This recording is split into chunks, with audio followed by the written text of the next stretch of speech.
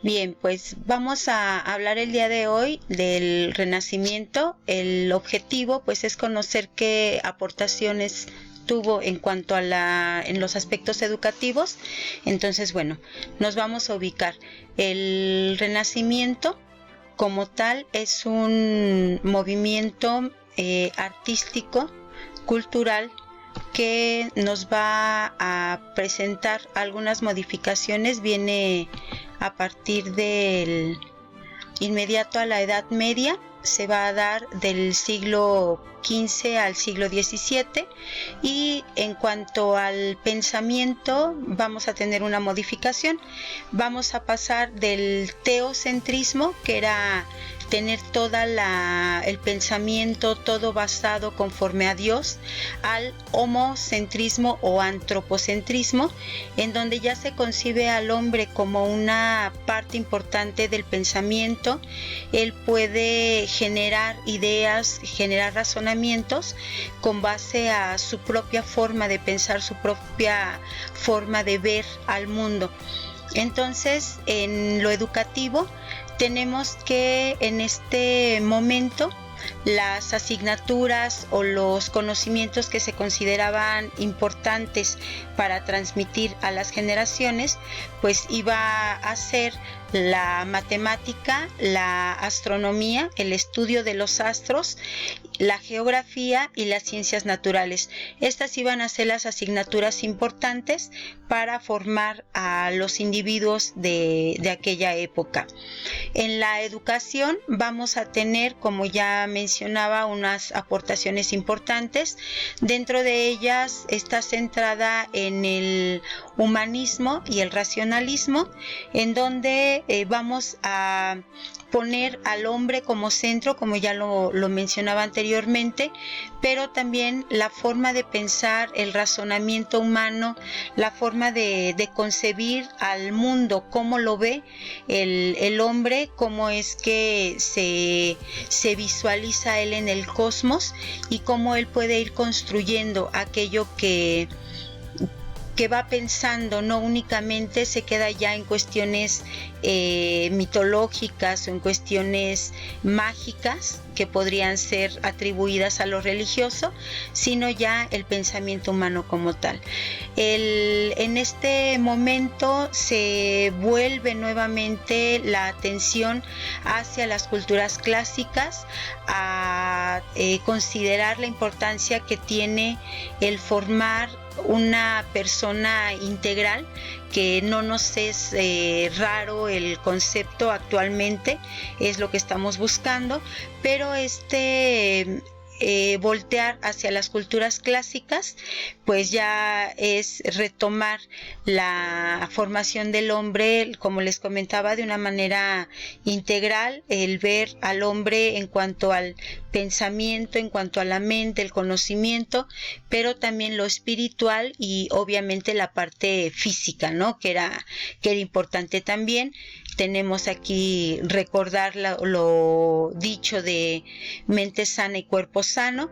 Se van a fundar las primeras universidades, que va a ser en el área, estamos hablando de América, que va a ser la Universidad de Santo Domingo, la Universidad de México y la Universidad de Lima. Personajes importantes que nosotros debemos tener en cuenta va a ser Comenio, La Salle y John Locke, que ya lo han escuchado ustedes en otros momentos en sus aportaciones de pensamiento. En cuanto a Comenio, ¿qué podemos comentar? Se le considera como el fundador de la pedagogía moderna, ya que muchos de sus preceptos pues los tenemos nosotros integrados. Actualmente retomamos buena parte de lo que él estudió, de lo que él aportó.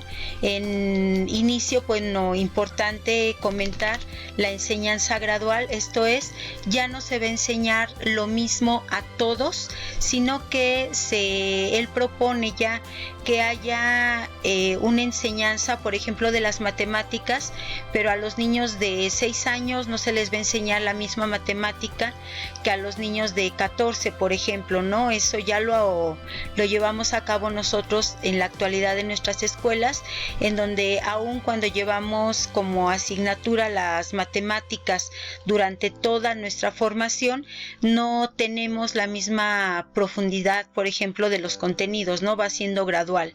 La educación también ya la concibe Comenio para todas las edades. Ya se deben considerar tanto a los niños de 5 o 6 años como a la formación de los más grandes de edad, ¿no? 19 años, 18 años. Hay que considerar entonces unir lo que es la enseñanza gradual para considerar también que se debe enseñar en todas las etapas.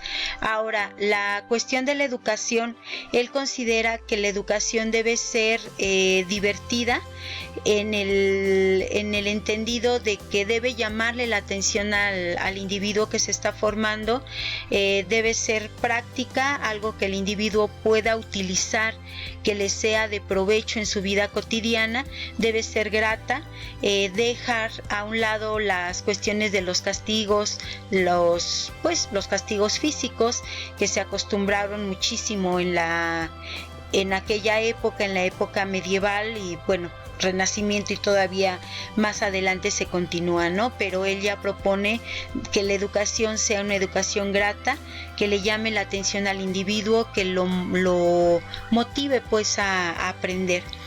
Y la formación integral que ya les comentaba con el retomar a los clásicos, que estamos hablando de los griegos y los romanos, era esta formación integral de la mente, el espíritu, el cuerpo, pero también las cuestiones morales, el ayudar al otro, el estar conscientes de que somos parte de una sociedad y como parte de esa sociedad pues tenemos también que aportarle a ella.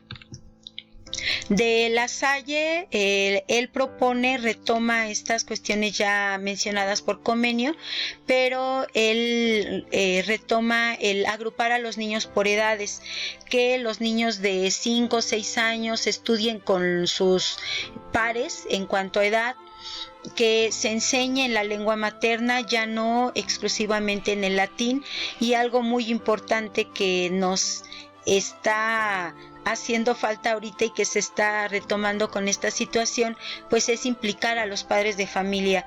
Implicarlos no es únicamente comunicarles qué se está haciendo o qué está haciendo mal el alumno, sino también implicarlos cuál es su responsabilidad, cuál es el trabajo que ellos tienen que realizar con los alumnos para que la enseñanza se pueda llevar de una manera adecuada. Él propone un manual pedagógico que vendría siendo lo que son nuestros planes y programas, el tener un sentido, el tener una guía de hacia dónde estamos queriendo llevar la educación, cuál es el propósito que tenemos con una asignatura, con un programa, cuál es el propósito que tenemos para nuestros alumnos, para dónde queremos llevarlos. Debe haber horarios fijos para las lecciones. Esto nuevamente se tiene ya establecido en la educación formal y se está buscando que ahora en la educación que estamos llevando actualmente, pues también que se respeten horarios, que los alumnos, a pesar de no estar en la escuela, tengan horarios establecidos y los respeten, ¿no? Innovar estructuras educativas, esto es ir incorporando aquello que se nos va ofreciendo cotidianamente, avances científicos, avances tecnológicos, irlos incorporando como se va haciendo, ¿no? En este momento. Y la educación, él propone que la educación sea gratuita.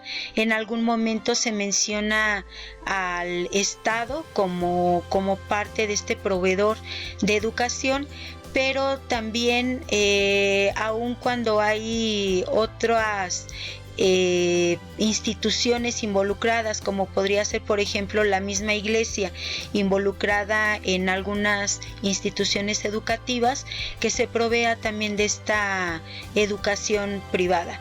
Bueno, esto es en cuanto a estos dos autores que pertenecen al movimiento que estamos tratando.